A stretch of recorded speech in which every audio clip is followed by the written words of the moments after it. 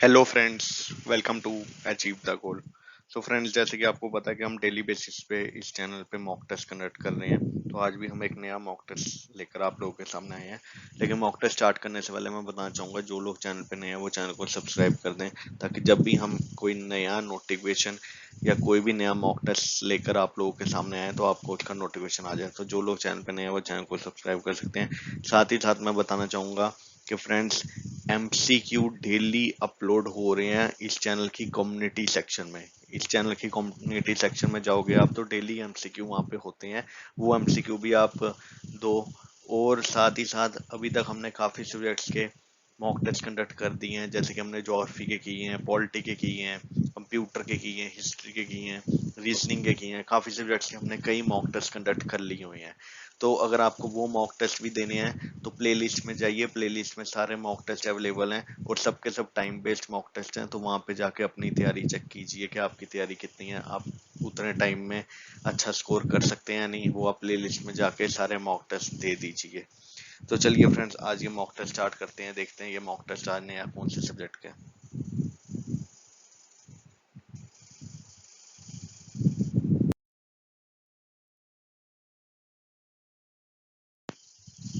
So friends, आज जो mock test होगा वो होगा कंप्यूटर का। कंप्यूटर के काफी मॉक टेस्ट ऑलरेडी हो चुके हैं, ऑलमोस्ट 9 या 10 मॉक टेस्ट कंप्यूटर के हो चुके हैं। तो ये जो मॉक टेस्ट होगा ये कंप्यूटर का मॉक टेस्ट होगा पार्ट 11। जी हाँ फ्रेंड्स, ये पार्ट 11 है। इससे पहले 10 मॉक टेस्ट हमने कंप्यूटर के कंडक्ट किए हैं और वो सबके सब प्लेलिस्ट में अवेलेबल हैं। आप जब चाहे प्लेलिस्ट में जाके वो सारे मॉक टेस्ट दे सकते हैं और अपनी तैयारी देख सकते हैं कि कितनी आपकी तैयारी अभी तक है और कहाँ पे आपका कौन सा टॉपिक वीक है, वो आप देख सकते हैं जहाँ पे आपको तैयारी की जरूरत है। तो चलिए आज कंप्यूटर का मॉक टेस्ट स्टार्ट करते हैं। कॉपी पेन लेके बैठ जाइए और आपको हर क्वेश्चन के लिए यहाँ पे 10 सेकंड्स मिलेंगे। विद इन 10 सेकंड आपको क्वेश्चन का आंसर देना है। तो चलिए स्टार्ट करते हैं।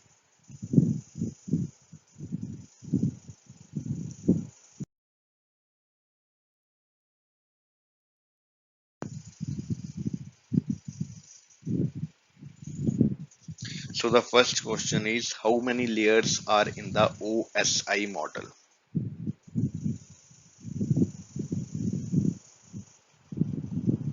फ्रेंड्स, OSI मॉडल में कितनी लेयर्स होती हैं बताइए। सबसे पहले मैं OSI की, जिनको नहीं पता उनको मैं फुल फॉर्म बता देता हूँ। OSI की फुल फॉर्म होती है ओपन सिस्टम्स इंटरकनेक्शन। दोबारा से रिपीट कर देता हूँ, OSI की फुल फॉर्म क्या है? Open system interconnections. तो जिसने ये टॉपिक पढ़ा होगा उसको पता होगा, जिसको नहीं पता मैं बताना चाहूंगा कि ये टॉपिक चाहिए दोबारा पढ़िए एक बार, क्योंकि बड़ा इंपॉर्टेंट है ये टॉपिक। तो बताइए OSI ओपन सिस्टम इंटरकनेक्शन में कितनी लेयर्स होती हैं? The correct answer is option D, 7 layers होती हैं OSI मॉडल में। Next question.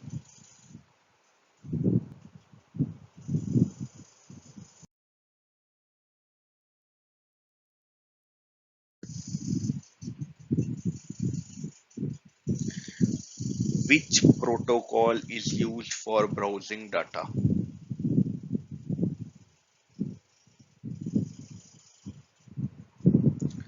So फ्रेंड्स, ये आपको पता होना चाहिए ब्राउजिंग डाटा के लिए कौन सा प्रोटोकॉल यूज होता है। आपको पता होगा कि जो इंटरनेट हम यूज करते हैं, इंटरनेट यूज करने के लिए कुछ रूल्स होते हैं और वो रूल हमने एग्री किए होते हैं तभी हम इंटरनेट यूज करते हैं। तो वो रूल्स क्या है कि एक वो रूल्स जो प्रोटोकॉल है उसको हम क्या कहते हैं? HTTP। HTTP का मतलब क्या है? Hyper text transfer protocol.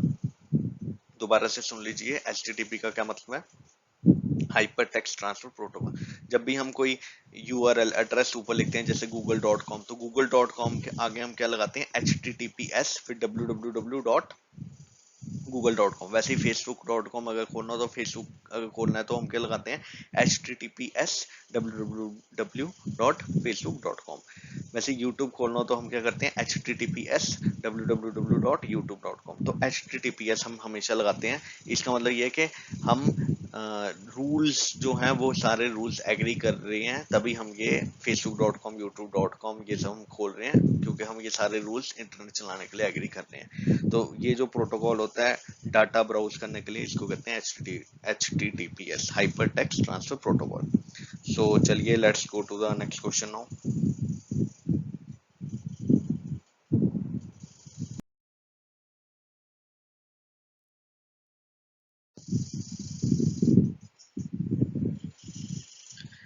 Which of the following is not a network topology?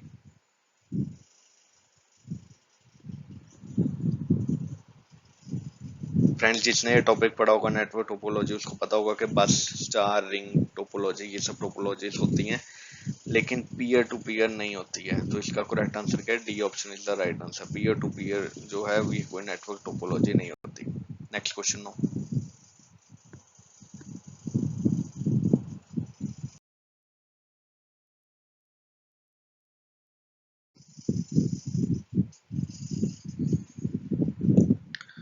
How long is an IPv4 address?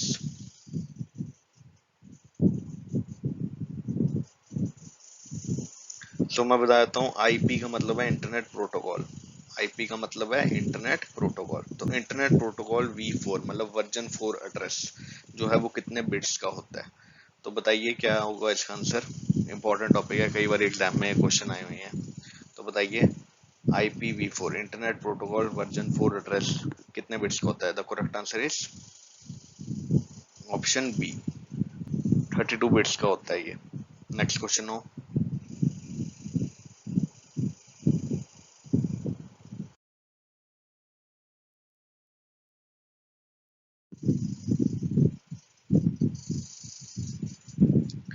How long is an IPv6 address?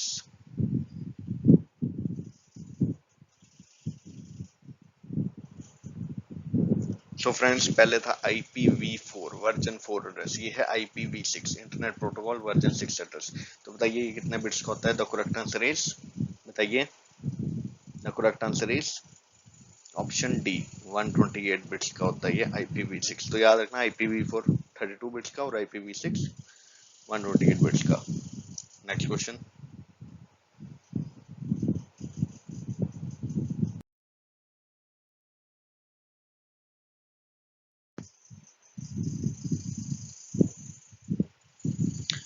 Which mail server sends mail to other mail server?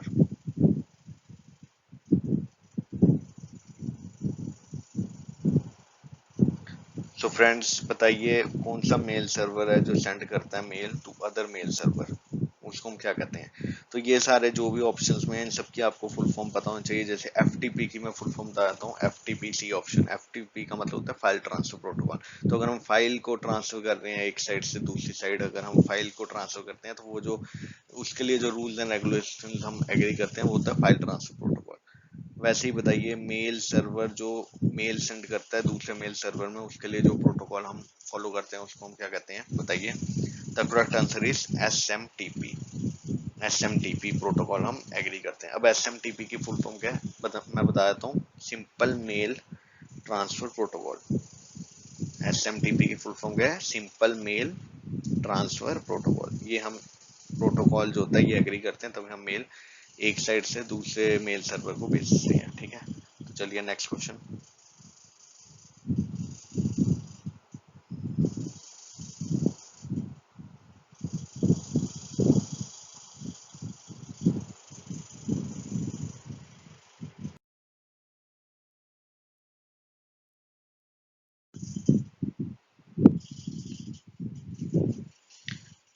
143 port number refers to?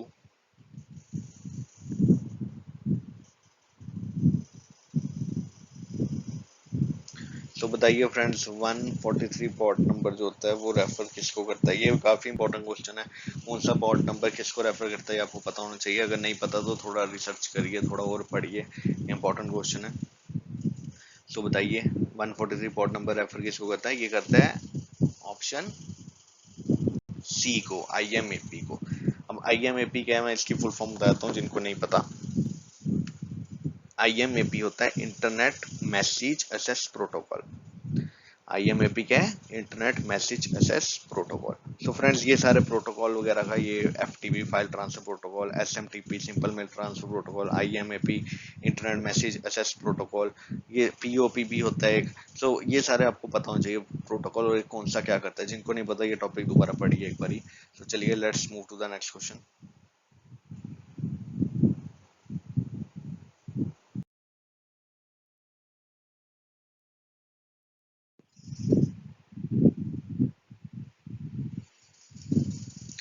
Which network device is used to connect two dissimilar type of network?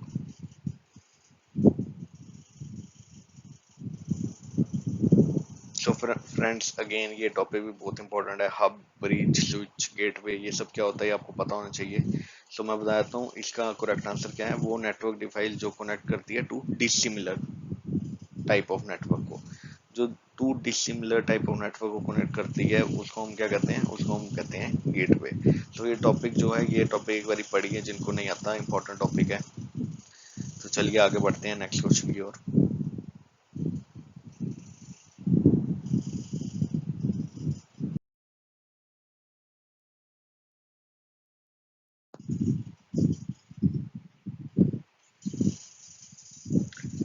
Which device convert digital signal to analog signal and vice versa? So friends बताइए कौन सी device है जो convert करती है digital signal को analogue signal में और फिर से एनालॉग सिग्नल को डिजिटल सिग्नल में भी। सो बताइए कौन सी डिवाइस है वो। मैं डी ऑप्शन का बताता हूँ। D option NOA. एनओए का मतलब है नन ऑफ द अबव। जो लोग चैनल पे नए हैं उनको मैं बता रहा हूँ, पुराने स्टूडेंट्स को ऑलरेडी पता है।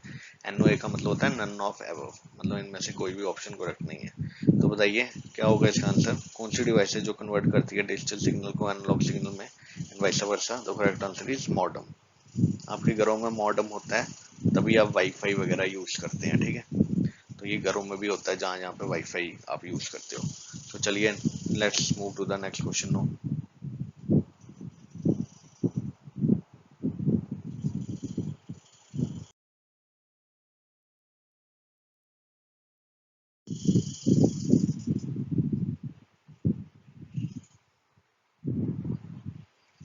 Which device is used to boost up the weak signal?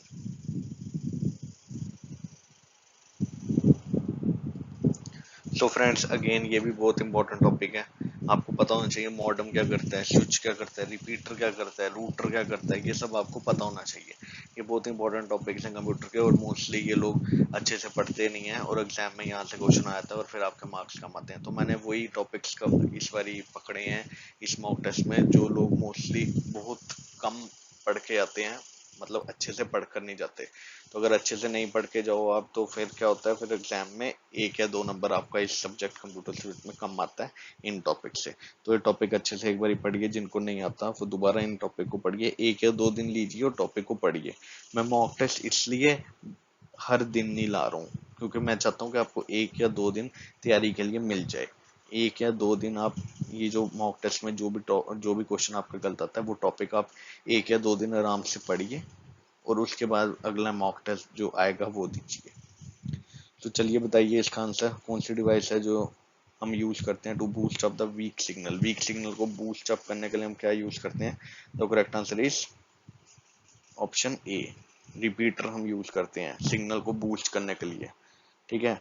Signal अगर कम आ रहा हो तो उसकी स्ट्रेंथ और ज्यादा, मतलब जैसे कि सिग्नल अगर थोड़े डिस्टेंस पे आ रहा है तो हम चाहते हैं सिग्नल थोड़ा और ज्यादा डिस्टेंस कवर करे, तो मतलब स्ट्रॉन्ग कर रहे हैं सिग्नल को, तो हम उसके लिए रिपीटर यूज करते हैं, ठीक है। चलिए आगे बढ़ते हैं अब। सो फ्रेंड्स आज के लिए इतना ही था। आपका जो भी स्कोर होगा वो कमेंट बॉक्स में मेंशन कीजिएगा, और जो भी आपकी क्वेरीज होंगी वो भी आप कमेंट बॉक्स में मेंशन कर सकते हैं, हम आपको रिप्लाई करेंगे।